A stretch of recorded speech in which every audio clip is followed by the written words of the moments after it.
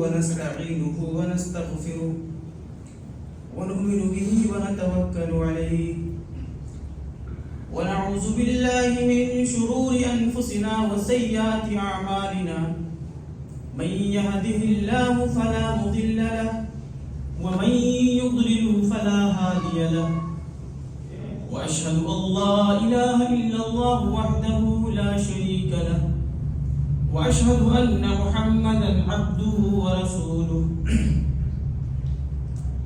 يا أيها الذين آمنوا اتقوا الله حق تقاته ولا تموتن إلا وأنتم مسلمون يا أيها الناس اتقوا ربكم الذي خلقكم من نفس واحدة وخلق منها زوجها وبث منهما رجالا كثيرا ونساء واتقوا الله الذي تساءلون به والأرحام إن الله كان عليكم رقيبا يا أيها الذين آمنوا اتقوا الله وقولوا قولا سديدا يصلح لكم أعمالكم ويغفر لكم ذنوبكم ومن يطع الله ورسوله فقد فاز فوزا عظيما أما بعد فإن خير الحديث كتاب الله وخير الهدي هدي محمد صلى الله عليه وسلم وشر الأمور محدثاتها وكل محدثة بدعة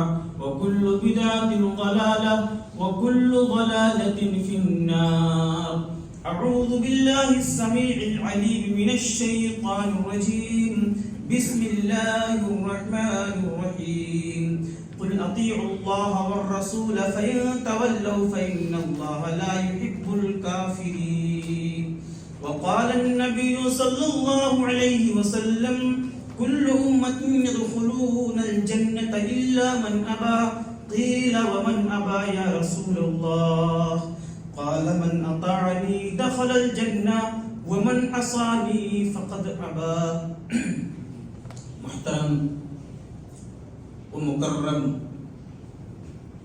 حاضرین جمعہ، دینی و ملی اسلامی بھائیوں، بزرگوں، دوستوں، پردہ نشین ہماری اسلامی ماؤں اور بہنوں،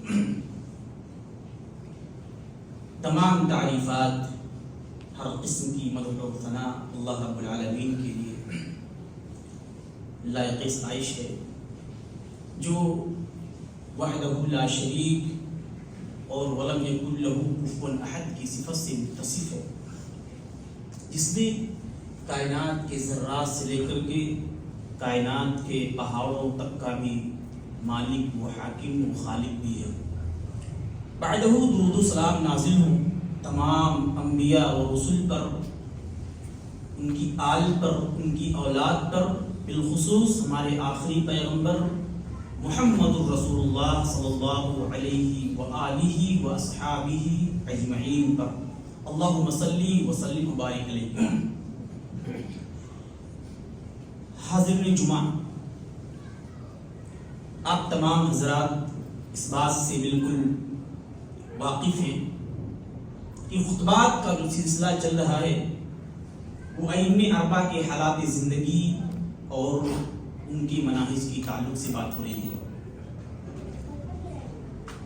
تین امام ابو حنیفہ رحمہ اللہ، امام مالک، امام شافعی رحمہ اللہ کے حالات زندگی اور ان کے منہج کو آپ نے ہماری زبان سے سماعت کیا ہے۔ آج کا جو موضوع ہے امام احمد بن حنبل رحمہ اللہ کی زندگی اور ان کا منہج۔ جیسا کہ ہر انسان اس بات کو اچھی طریقے سے جانتا ہے کہ ہر شخص کا ذہن دو باتوں کو قبول کرنے سے خالی نہیں ہے، یا تو سامنے اس کو اچھائی نظر آتی ہے تو اس کو ایکسپٹ کر لیتا ہے، یا اگر اس کا ذہن کہتا ہے کہ یہ چیز غلط ہے، خراب ہے، تو اس کو چھوڑ دیتا ہے۔ اسی طریقے سے ہم جس اسلام کے ماننے والے ہیں، جس اسلام کے پیروکار ہیں، اس اسلام کا صرف دو اصول، ایک کتاب اللہ، ایک سنت رسول۔ اب ہم اسلام کے ماننے والے اللہ اور اس کے نبی اور صحابہ سے محبت کرنے والے. اسی طریقے سے اللہ رب العالمین کی نازل کردہ مقدس کتاب قرآن مجید اور اللہ کے نبی صلی اللہ علیہ وسلم کی زندگی کا وہ عملی اور قولی اور تقریری جو باتیں ہیں ان سب کو من وعین تسلیم کرنے والے. ہمارے لیے ضروری ہے کہ ہم زندگی میں ان تمام چیز کو نافذ کریں. بہرحال امام احمد رحمہ اللہ کے تعلق سے بات ہو رہی ہے. ان کا نام احمد، کنیت ابو عبداللہ، القاب شیخ الاسلام اور امام اہل سنہ تھا. آپ رحمہ اللہ قبیلے شیبان سے تعلق رکھتے تھے. آپ کا شجر نسب جو اس طریقے سے ہے: احمد بن محمد بن حنبل بن ہلال بن اسد بن ادریس بن عبداللہ بن حیان بن عبداللہ بن انس بن عوف بن قاسم بن مازن بن شیبان. قبیلے شیبان خالص عربی النسل تھے، عربی زبان میں ماہر تھے، عربی زبان ان کی خاص لینگویج تھی. اسی طریقے سے آپ کی جو ولادت بعثادت ہے 780 عیسوی میں بمطابق عربی تاریخ 164 ربیع الاول بغداد میں پیدا ہوئے. اس وقت خلافت عباسی میں سے منصور الملقب مہدی سربراہ سلطنت تھے. اس کے علاوہ آپ کی جو ابتدائی تعلیم تھی، کم عمری میں آپ نے تقریباً 4 سال کی عمر میں کلام مجید کو حفظ کر لیا، اور اسی کے ساتھ ساتھ حفظ حدیث کی طرف آپ کا رجحان بڑھا. تو آپ رحمہ اللہ علوم دینیہ میں سے سب سے پہلے جس چیز کو آپ نے حاصل کیا وہ حدیث کا علم تھا. اور حدیث کے علم کے تعلق سے کہتے ہیں کہ آپ بغداد تشریف لائے، اور وہاں آنے کے بعد آپ رحمہ اللہ نے جو حدیث اپنی پوری زندگی میں جو انہوں نے یاد کیا، تقریباً 10 لاکھ احادیث آپ نے حفظ کیا. آپ کو تقریباً 10 لاکھ احادیث یاد تھی. یہ خوبی، یہ ذہانت و فطانت اللہ رب العالمین اپنے اس بندے کو دیتا ہے جس سے اللہ تعالی دین کی خیرخواہی چاہتا ہے.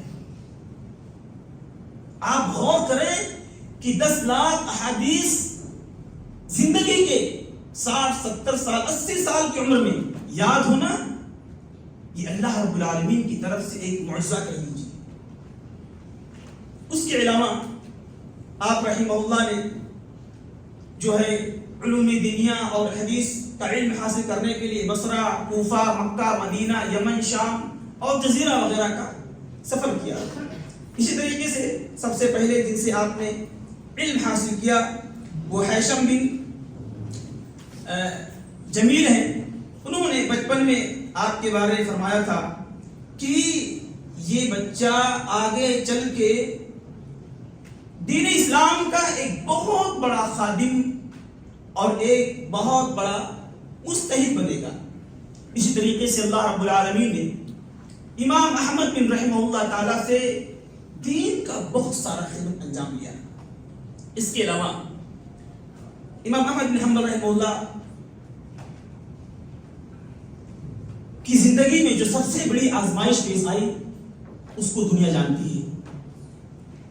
آپ کی وفات 241 ہجری میں ہوئی. آپ کی جنازے میں تقریباً 8 لاکھ مرد، 60,000 عورتیں، اور آپ کے جنازہ کو دیکھ کر تقریباً 1000 سے زائد غیر مسلموں نے اسلام قبول کیا.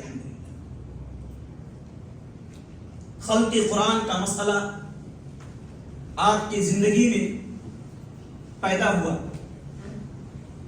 آپ کے اس حال زندگی پر لوگوں نے بہت سارے واقعات اور تبصرے ذکر فرمائے، لیکن ابوالکلام آزاد رحمہ اللہ نے آپ کے اس آزمائش کو جن الفاظ میں پروا ہے، واقعی میں اگر انسان تنہائی میں اگر ان کے واقعات کو پڑھے گا نا تو کلیجہ پھٹ کر کے منہ کو آ جائے گا. 4 لوگ اس وقت 4 لوگ تھے جنہوں نے قرآن کو غیر مخلوق کہا. اس وقت کا بادشاہ معتصم باللہ نے ان 4 کو بیڑیا پہنا کر کے بغداد سے طرطوس کی طرف لے جانے کی کوشش کیا. دو لوگوں کو جب بیڑیا پہنائی گئی اور کچھ سزائیں ملی تو وہ 2 لوگ باز آ گئے اور انہوں نے اللہ کے کلام کو مخلوق کہہ دیا. دونوں کو چھوڑ دیا گیا. ایک صاحب اور بچے, ان کا راستے میں انتقال ہو گیا تھا. امام احمد بن حنبل رحمہ اللہ,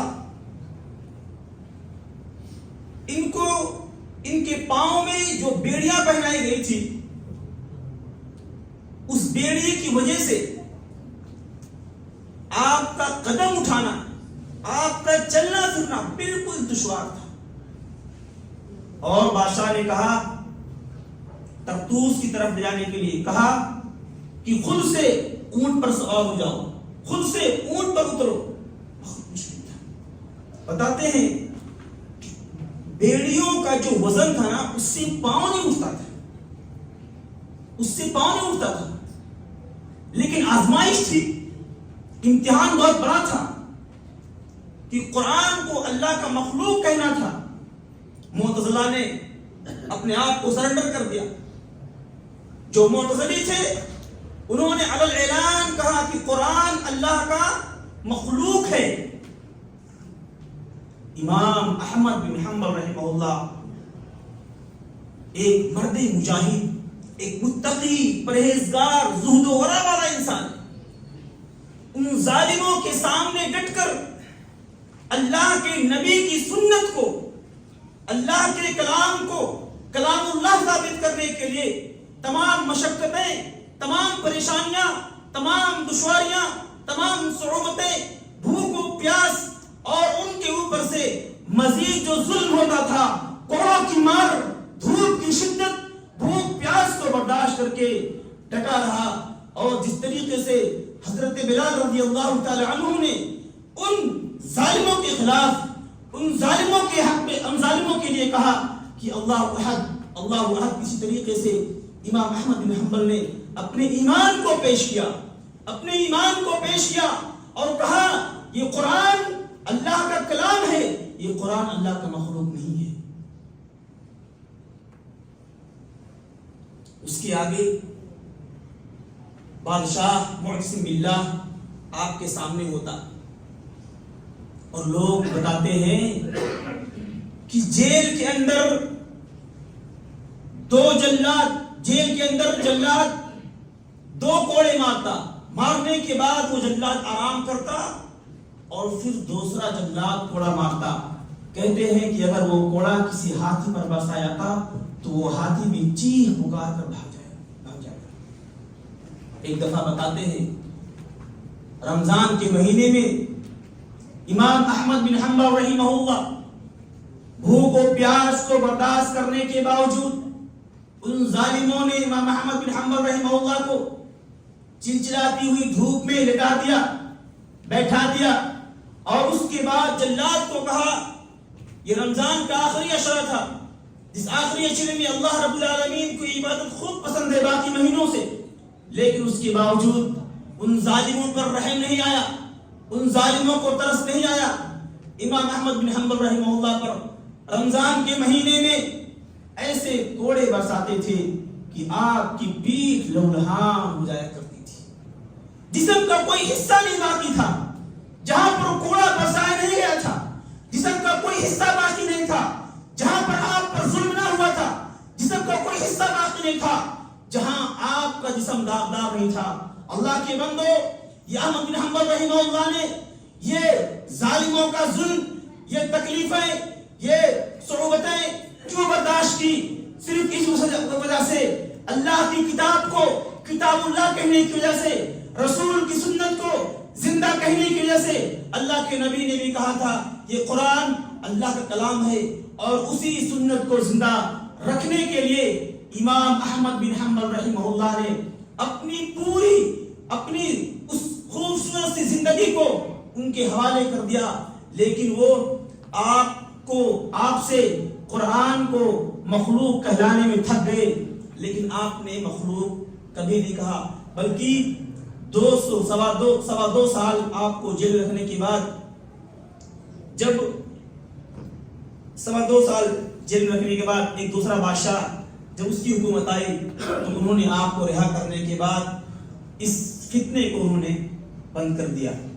بہرحال یہ مختصر سی ان کے تعلق سے باتیں تھی۔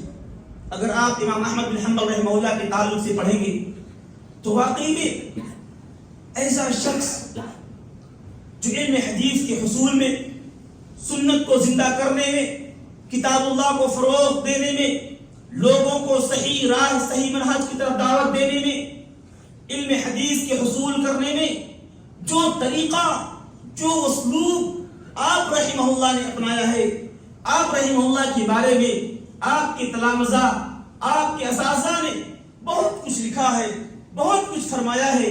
محترم سامعین، ہمیں اور آپ کو چاہیے کہ ہم صرف امام کی تقلید میں اندھا نہ بن جائیں، امام کی تقلید میں اندھوت نہ بن جائیں، بلکہ جن ائمہ کی تقلید کرتے ہیں، جن ائمہ کی طرف اپنی نسبت کرتے ہیں، ان کی حالات زندگی کو ایک بار ضرور پڑھیں، ایک بار ضرور اپنے مطالعہ میں ان کی حالات زندگی کو رکھیں، ان کے زہد و ورع کو، ان کی عبادات کو، ان کی عقائد کو، ان کی معاملات کو، ان کی سخی فیاضی کو، ان تمام کو بھی اپنے زندگی میں اپنانے کی کوشش کریں۔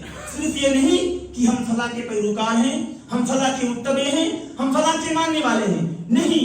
قرآن کیا کہتا ہے؟ قُلْ اطیعوا اللَّهَ وَالرَّسُولَ فَإِن تَوَلَّوْا فَإِنَّ اللَّهَ لَا يُحِبُّ الْكَافِرِينَ۔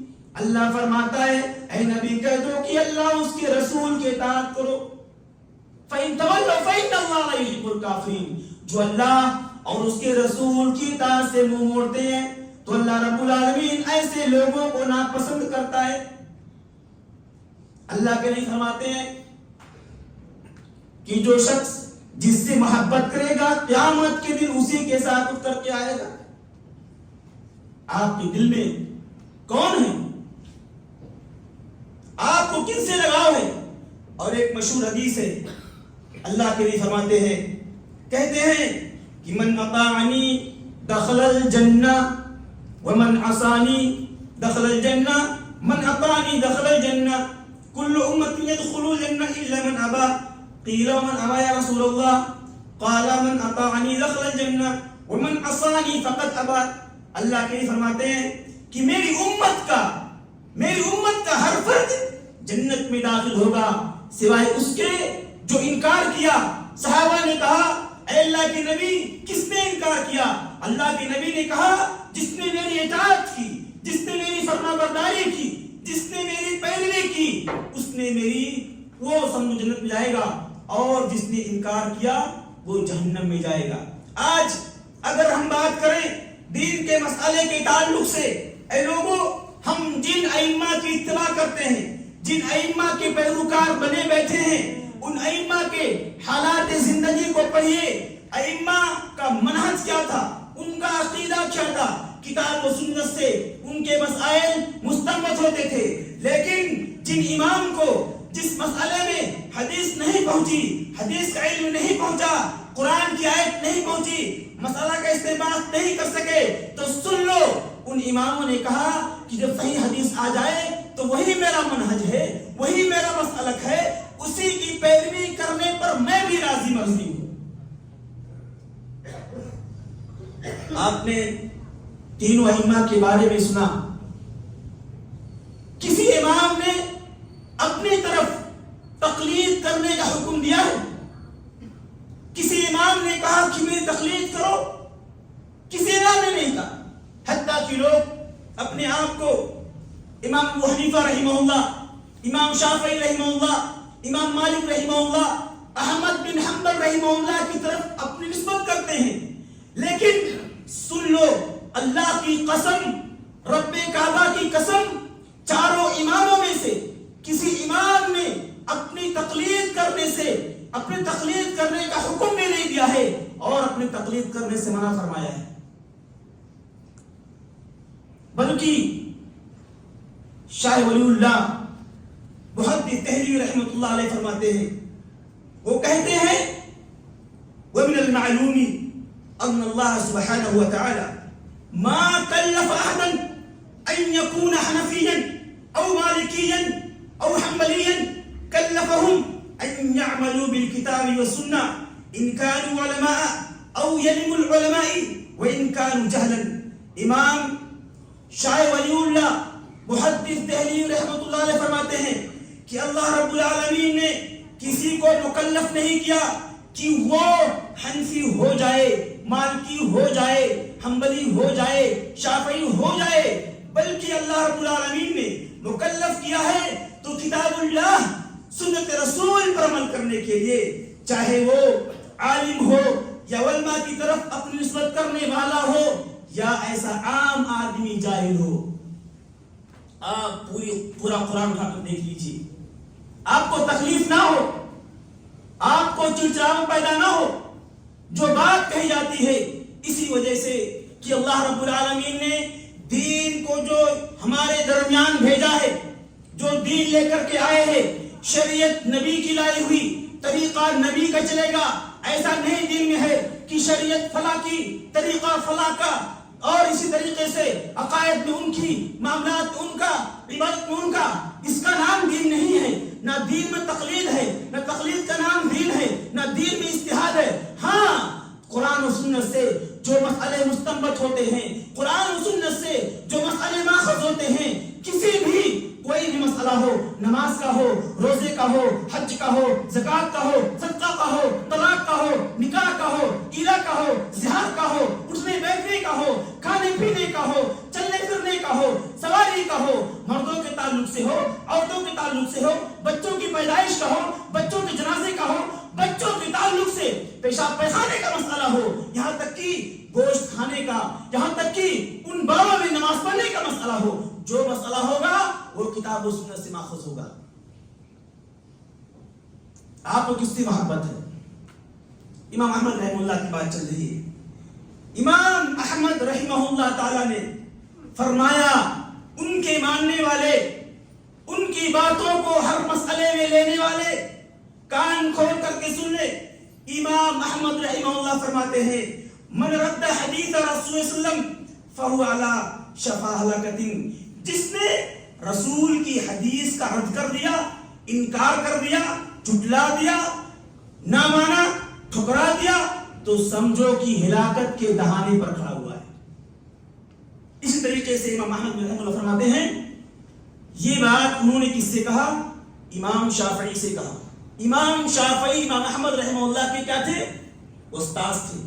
کہا اعلمونی بالحدیث الصحیح واصر الیہ، کہا جب صحیح حدیث تم تک پہنچ جائے نا تو مجھے بتا دو تاکہ میں اس صحیح حدیث پر عمل کروں، صحیح حدیث پر عمل کروں۔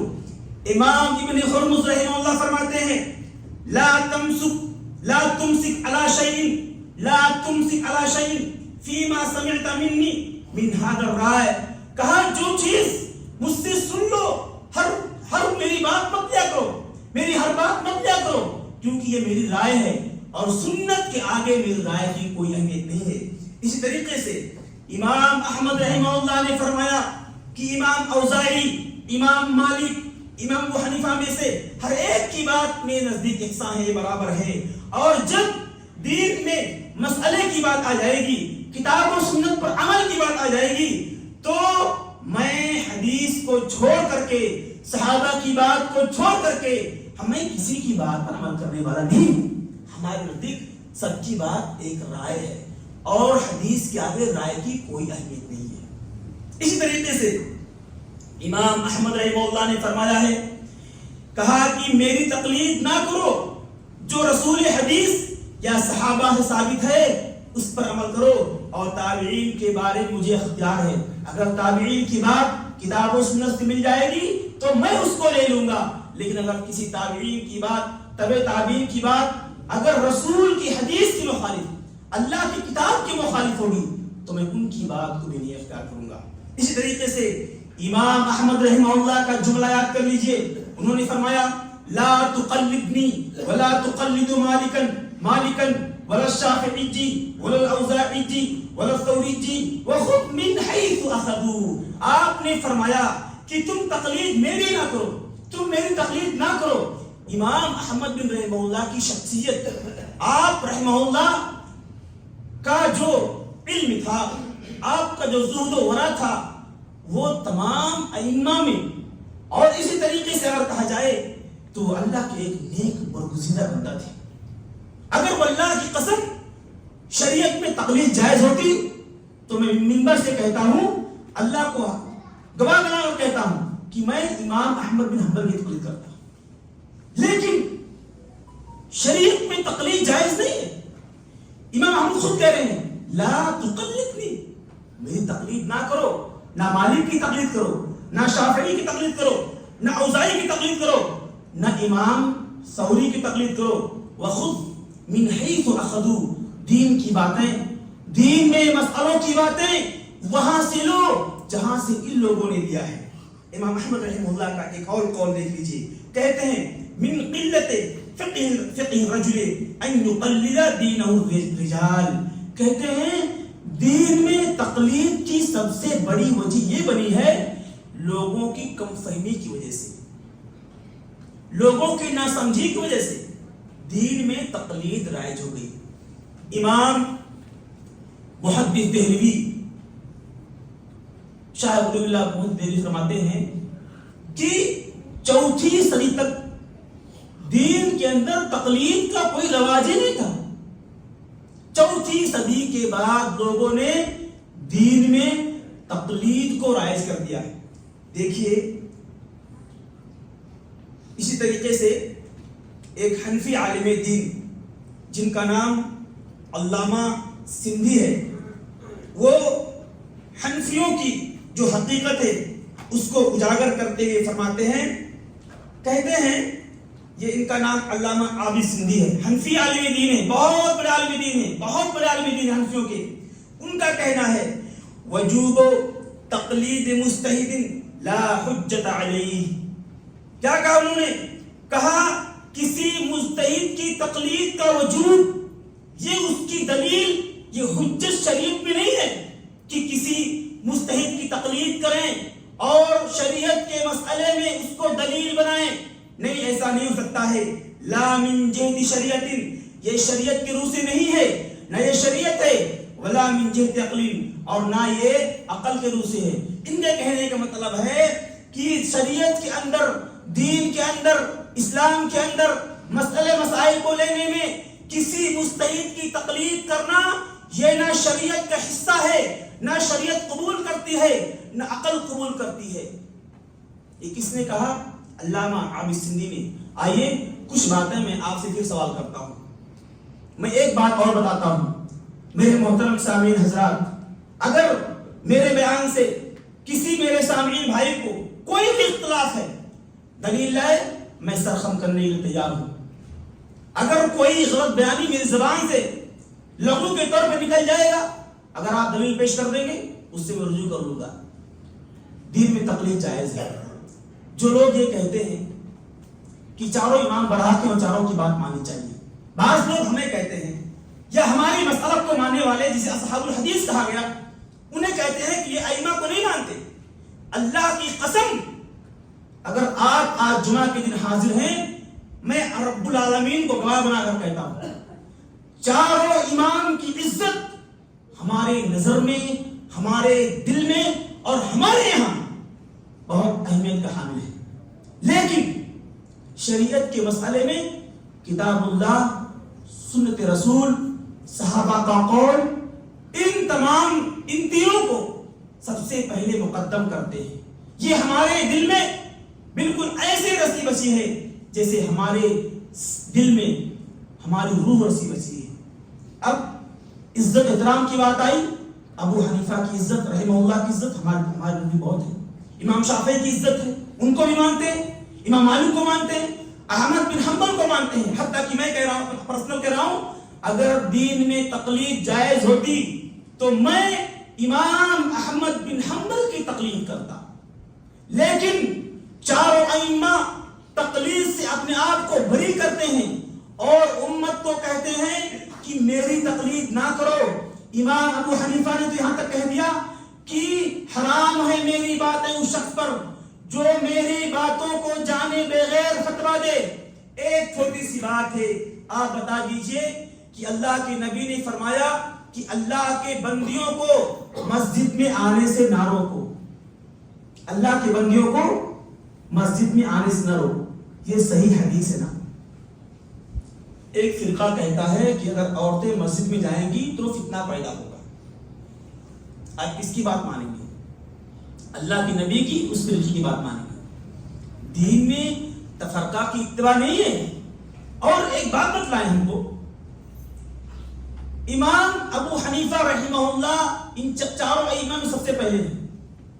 ایک سوچ سمجھی بات ہے، اگر دین میں تقلید جائز ہوتی تو امام ابو حنیفہ کے جو شاگرد امام مالک مان لیجیے ہیں، اس کے بعد تو امام مالک نے امام ابو حنیفہ کی تقلید کیوں نہیں کی؟ پھر امام مالک کے شاگرد امام شافعی نے ان کی تقلید کیوں نہیں کی؟ امام شافعی کے بعد امام احمد بن حنبل نے، حتیٰ کہ جب بغداد سے امام شافعی جانے لگے تھے مصر کی طرف، تو امام شافعی نے احمد بن حنبل کے بارے میں فرمایا تھا کہ میں بغداد کو اس لیے چھوڑ کر کے جا رہا ہوں کہ یہاں اللہ کا ایسا بندہ ہے جو علم حدیث میں بالکل ماہر ہے. اور جب آپ 60 سال کی عمر میں آپ نے جب فقہ کے منصب پر فائز ہوئے، تقریباً 5000 سے زائد لوگ آپ کے درس میں بیٹھتے تھے. امام احمد بن حنبل کے دروس میں بیٹھنے والوں میں امام بخاری محمد بن اسماعیل، امام مسلم بن حجاج کا نام آتا ہے. آپ بتائیے، لوگ ہمیں غیر مقلد کہتے ہیں. ہاں جناب، صحابہ بھی غیر مقلد تھے، تابعین بھی غیر مقلد تھے، تابع تابعین بھی غیر مقلد تھے. اور آپ جن امام کی تقلید کرتے ہو، میں ڈنکے کی چوٹ پہ کہتا ہوں، میری بات اگر سن رہے ہیں اور اگر ایسے لوگ موجود میں ہیں تو میرے پیارے بھائیوں آپ بھی سن لیجئے. امام کی تقلید، امام نے اپنی تقلید کرنے سے خود منع کیا. اور اگر امام نے تقلید کرنے کا حکم دیا ہے تو سب سے بڑا غیر مقلد امام مالک، امام ابو حنیفہ کی تقلید نہیں کی انہوں نے. اس کے بعد امام شافعی کا نمبر آتا ہے، انہوں نے بھی امام مالک کی تقلید نہیں کی. امام احمد بن حنبل کا آتا ہے، انہوں نے بھی کسی امام کی تقلید نہیں کی. اگر دین میں تقلید ہوتا تو یہ 4 ائمہ نہیں بنتے. یہ بات نوٹ کر لیجئے، غور سنیے، 5 منٹ اور لوں گا. اگر دین میں تقلید ہوتا تو یہ 4 ائمہ نہیں پیدا ہوتے، بلکہ یہ تینوں امام اپنی نسبت امام ابو حنیفہ کی طرف کرتے اور پورا دین مسئلہ حنفی پر سمٹ جاتا. تو آج 4 امام کیوں ہو گئے بھائی؟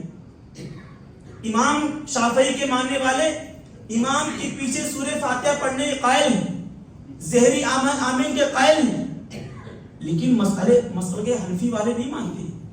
کہتے ہیں امام کی پیچھے سورہ فاتحہ نہیں پڑھتے، بلکہ امام کی قرأت پوری مصلی اور مقتدی کے لیے کافی ہے. تو ان دونوں میں اختلاف ہو گیا، پھر چاروں برحق کیسے ہوئے؟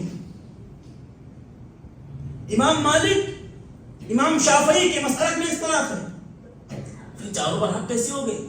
اور اگر بتاؤ میرے پیارو، اگر واقعی میں دین میں تقلید ہوتا تو امام مالک، امام شافعی، امام احمد بن حنبل یہ تو حنفی ہو جاتے بھائی، کیونکہ سب سے پہلے ابو حنیفہ رحمہ اللہ تھے. تو ان کی طرف اگر تقلید جائز ہوتی، لوگ کہتے ہیں ہم حنفی ہیں، کوئی مسئلہ پیش کرو ہم حنفی ہیں، ابو حنیفہ کے ماننے والے ہیں. ارے کیا کہوں، ایسا دین میں اختلاف کرتے ہو. کل قیامت کے دن وہ آیت یاد آتی ہے، یوم یعض الظالم علی یدیہ یقول یا لیتنی اتخذت مع الرسول سبیلا.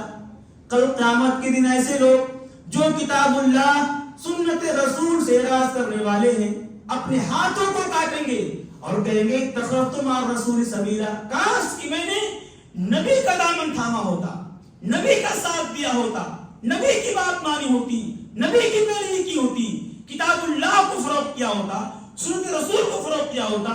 اس وقت آپ کو یاد آئیں گے، کہیں گے کاش کہ میں حنبلی نہ بنا ہوتا، شافعی نہ بنا ہوتا، مالکی نہ بنا ہوتا، حنفی نہ بنا ہوتا. اور سن لیجئے اللہ کے نبی نے فرمایا تھا، کہا تھا اگر آج عیسیٰ علیہ السلام یا موسیٰ علیہ السلام اگر آج زندہ ہوتے تو آج موسیٰ علیہ السلام کو میری پیروی کیے بغیر چارہ نہیں ہوتا. لیکن سن لو امت کے اندر اللہ کے نبی کس کے بارے میں فرما رہے ہیں؟ ایک ایسے نبی کے بارے میں فرما رہے ہیں جو خود ایک نبی ہے، ایک رسول ہے، ایک امت کا نبی ہے. اس کے بارے میں اللہ کے فرما رہے ہیں کہ اگر آج موسیٰ علیہ السلام زندہ ہوتے تو آج ان کو بھی محمد کی لائی ہوئی شریعت کی اتباع کیے بغیر چارہ نہیں ہوتا.